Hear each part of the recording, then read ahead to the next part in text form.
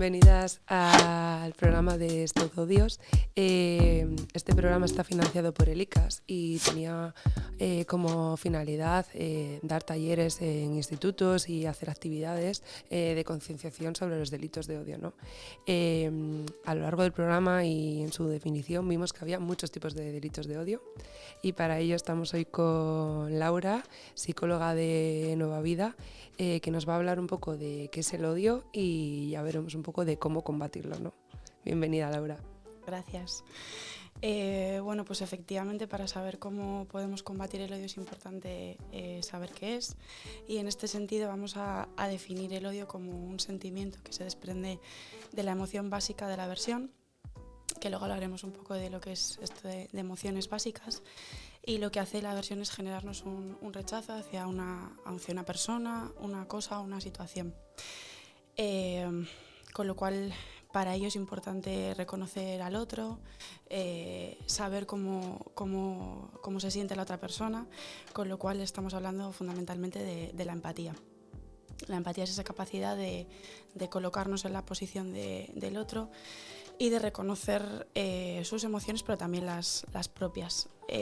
Con lo cual estamos hablando inevitablemente de de un tema que vamos a abordar durante este ratito, que es la inteligencia emocional. Pues podría ser como fórmula para combatir el odio, y además porque diversos estudios han demostrado que influye de forma muy positiva en el bienestar de las personas. Es un tema que se ha estudiado desde diferentes puntos de vista, e incluso ha habido muchos autores que han investigado sobre ello. Sí que quizás los primeros fueron Peter Salovey y John Mayer, pero bueno, hay un autor que es Daniel Goleman, que es fundamentalmente quien ha estudiado este tema, y define la inteligencia emocional como la capacidad de reconocer las emociones tanto propias como ajenas y la capacidad de gestionar nuestra respuesta ante ellas.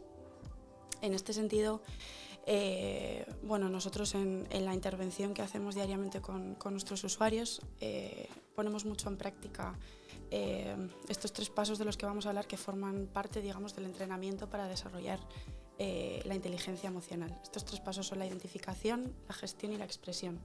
La identificación tiene que ver con lo que decíamos antes, ¿no? Con la capacidad de saber cómo me estoy sintiendo, qué emociones estoy vivenciando. La gestión tiene que ver con esa capacidad para lidiar con las emociones, es decir, lidiar en el sentido de que no nos desborden en ningún sentido. Y por último, la expresión, que tiene que ver con esa capacidad de comunicarnos y de transmitir cómo me estoy sintiendo. Inevitablemente hay una parte de herencia en todo esto, ¿no? En todo este proceso del que hablamos, pero fundamentalmente influye la crianza, las experiencias que hayamos vivido, la influencia social y, como no, la cultura en la que nos desarrollemos. Nos has comentado, nos has situado bastante en el odio y nos has hablado de varios conceptos, ¿no? Una de las cosas con las que has comentado que me llama la atención es, has dicho que el odio es un sentimiento que viene de una emoción básica. ¿Nos puedes situar un poquito más en qué son las emociones básicas, o un poco para que lo entendamos?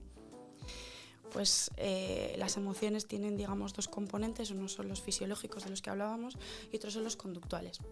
Por ejemplo, los fisiológicos, para centrarnos un poco, pues puede ser los temblores, sonrojarse, la sudoración, respiración agitada, dilatación pupilar, o incluso, por ejemplo, el aumento del ritmo cardíaco que sentimos ante una situación que no controlamos o que nos produce, por ejemplo, miedo.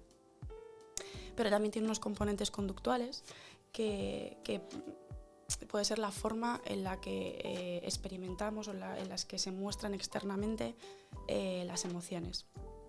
Esto puede ser, por ejemplo, expresiones faciales, que puede ser la cara de disgusto que podemos poner ante una comida que no nos apetece, acciones y gestos, la distancia que ponemos entre personas, y luego pues componentes no lingüísticos de la expresión verbal, pues como puede ser, por ejemplo, el tono de voz.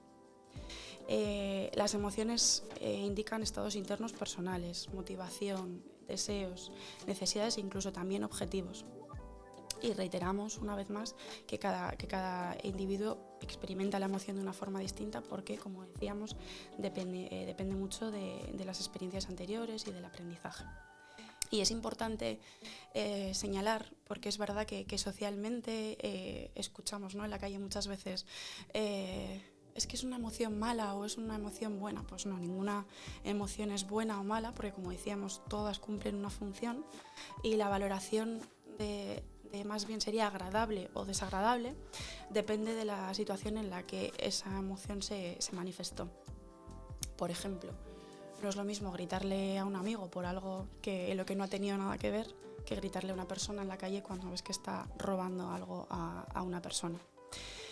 Inevitablemente nos van a suceder en la vida pues eso, eventos o sucesos negativos o recuerdos que de alguna manera nos van a provocar emociones que son desagradables y que no nos apetece vivenciar. Pero efectivamente todos vivenciamos estas situaciones, forma parte de la vida, por ello conviene saber afrontarlo de manera adecuada.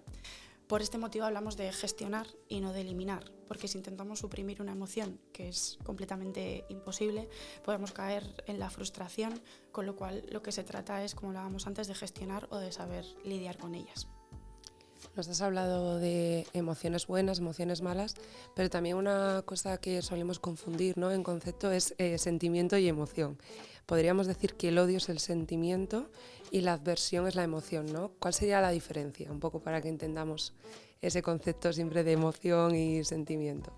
Efectivamente son conceptos que son confundidos normalmente, y que de hecho en muchas ocasiones se utilizan como sinónimos, porque es verdad que comparten ciertas similitudes, pero bueno, son conceptos distintos, porque la emoción se refiere a una expresión psicofisiológica, biológica y de estados mentales.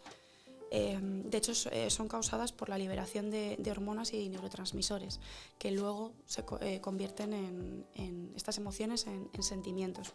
De hecho, pues, neurotransmisores que también hemos oído mucho hablar, implicados en las emociones, serían la dopamina, la serotonina, la noradrenalina, el cortisol o la oxitocina. Se puede decir que las emociones provienen especialmente de la forma en la que trabaja nuestro organismo y nuestro cerebro. El cerebro posteriormente se encarga de convertir a las hormonas y neurotransmisores en sentimientos. En general, las emociones son de menor duración que los sentimientos, y de hecho se cree que son los que impulsan y motivan a la persona a actuar. Pero sí que es cierto que suelen ser más intensas que los sentimientos. En cambio, los sentimientos, como decíamos antes, son el resultado de las emociones y digamos que de alguna manera son las evaluaciones conscientes de nuestras emociones. De la misma manera, normalmente pueden ser de corto o largo plazo, pero sí que generalmente suelen manifestarse durante largos periodos de tiempo. Estamos hablando aquí un poco de la inteligencia emocional, ya que nos encontramos constantemente con muestras de odio, de distintos tipos de odio socialmente, ¿no? Y vemos cómo repercute en las personas que lo sufren. Planteabas al principio un poco la inteligencia emocional como sinónimo de bienestar, ¿no? ¿Repercute también trabajar en la inteligencia emocional en la salud mental, ahora que hablamos tanto de salud mental?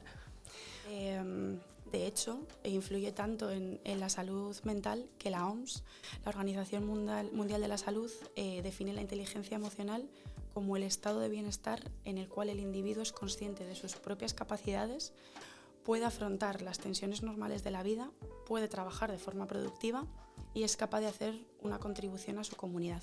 De alguna manera, en esta definición de la OMS, de nuevo se aprecia ligeramente estos tres pasos que hablábamos antes: la identificación, la gestión y la expresión. Realmente la inteligencia emocional se ha comprobado a lo largo de diferentes estudios que es un constructo muy relacionado con el bienestar psicológico, con lo cual afecta de forma positiva a la salud mental y al bienestar.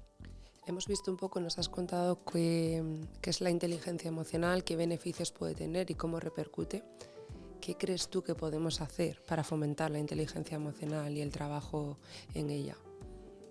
Pues como hablábamos antes, esto es un reto que tiene la sociedad por delante, que es la importancia de educar en inteligencia emocional. Y para ello hay dos escenarios fundamentales, que uno, o quizás el principal, es la crianza y el otro son los colegios, las aulas. La crianza, porque efectivamente es un momento de desarrollo fundamental para los niños, en el que absorben y aprenden prácticamente todo, y es importante desde pequeños empezar a generar esa conciencia y empezar a educar en inteligencia emocional. Y por otra parte, los colegios, ¿no? La importancia de implantar de alguna manera la inteligencia emocional en los colegios, con esta doble utilidad, por una parte para fomentar el bienestar de los alumnos, y por otra para intentar combatir lo que decíamos antes, estas situaciones de odio entre los alumnos. Hay un autor, un cantautor, un escritor y un filósofo que es Facundo Cabral, que a mí me gusta porque tiene muchas reflexiones, y en este caso he sacado un trocito para terminar esta charla, de una de sus reflexiones, que habla sobre esto, ¿no? Hablábamos de empatizar, de comprender al otro, y esto está muy relacionado con el constructo social que decimos de hacer el bien. Y en este sentido, Facundo Cabral dice: el bien es mayoría, pero no se nota porque es silencioso.